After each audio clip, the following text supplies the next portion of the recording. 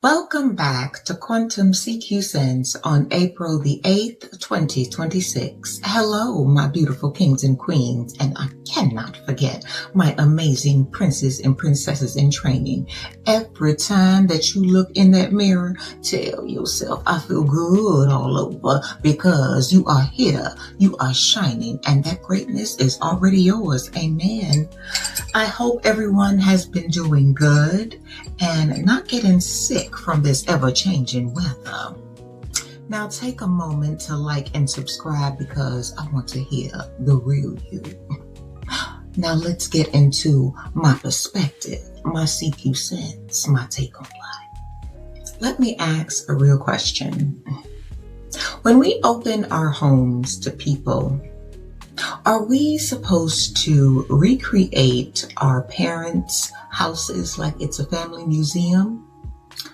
Or are we allowed to take what we learned, keep what doesn't fit, and leave the rest at the door?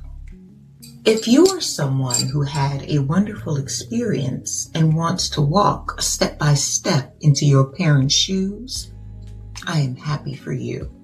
But in this moment, I am not talking to you. Thank you. Can somebody please show me where it says we are supposed to be a carbon copy? I'll wait. Because I am not that. I have never been a crowd person, and I will not be. If I invite you into my space, understand something. You were chosen very carefully, and not how Gwendolyn chooses people. Let's not act like this was a public event. I don't even like going to the grocery store on a busy day. Understand something. I am not just a woman navigating through life. I'm a mother. My children have anxiety, and so do I. A very high and strong sensitivity to energies. So when the energy shifts, when it gets too loud, too chaotic, too much, mommy doesn't get to clock out. I feel it, all of it. And it is my responsibility to help my children regulate until they are able to do so on their own. If you all hear some noise, those are my neighbors upstairs. So no, I don't move like everyone else. I move intentionally. Let me take you back with me for a few moments. So I invited a few people over for the first time. Not a crowd, just a small, controlled, peaceful gathering. And because I already know I don't like people in my kitchen, my kitchen is not a meet and greet. This is one of the spaces that I find peace. Thank you very much.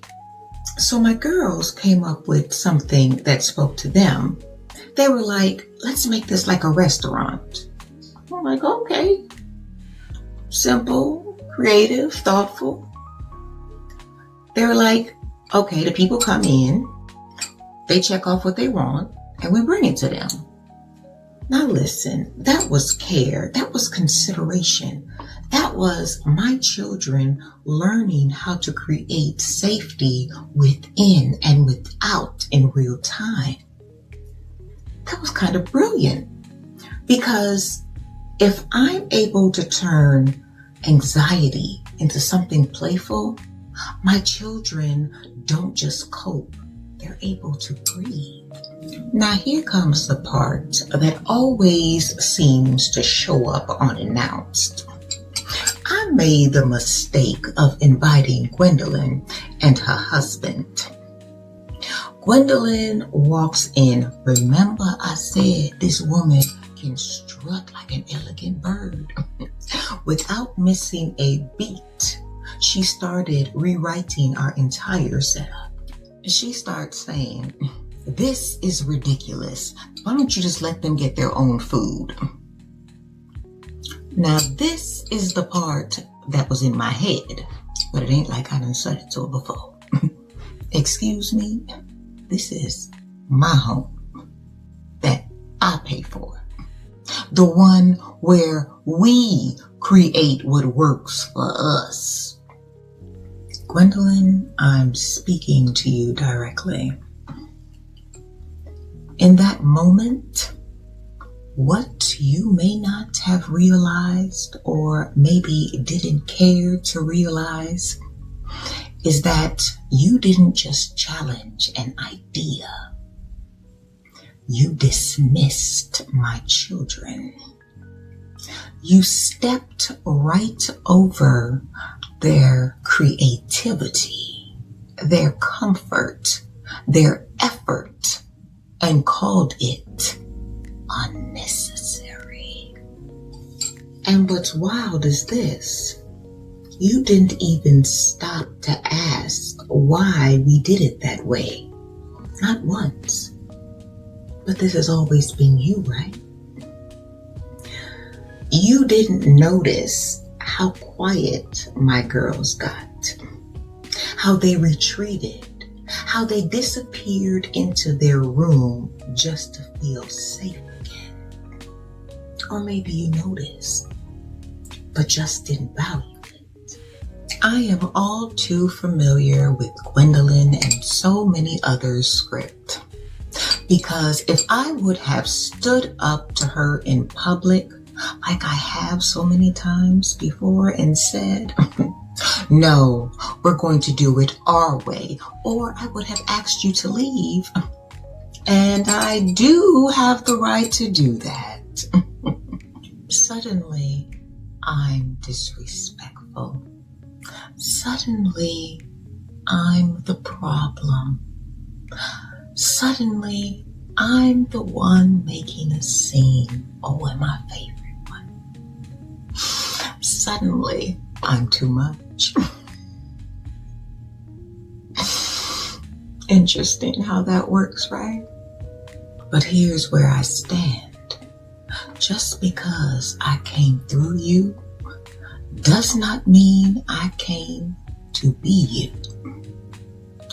We may share the same features, but we do not share the same mind, the same spirit, or the same way of loving. I don't like crowds. I don't like chaos, and I am definitely not running a self-serve free-for-all in my kitchen, in my home. Let's be honest, some of you all may call that hospitality. I call that unnecessary stress with a side of you about ready to piss me off. I do things my way, not to be difficult, but to be whole. Because the way Jehovah made me, I feel deeply. I remember deeply. I remember what it was like to be that child who needed understanding and didn't always receive it. So now I choose differently.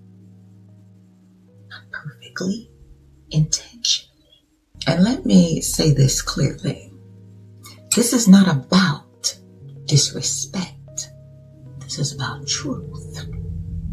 We are not meant to be replicas of our parents. Each generation is given a set of tools unique to them. But how we use them, that's where growth lives. That's where identity is formed. That's where healing begins. So no, I am not your blueprint. I am the revision.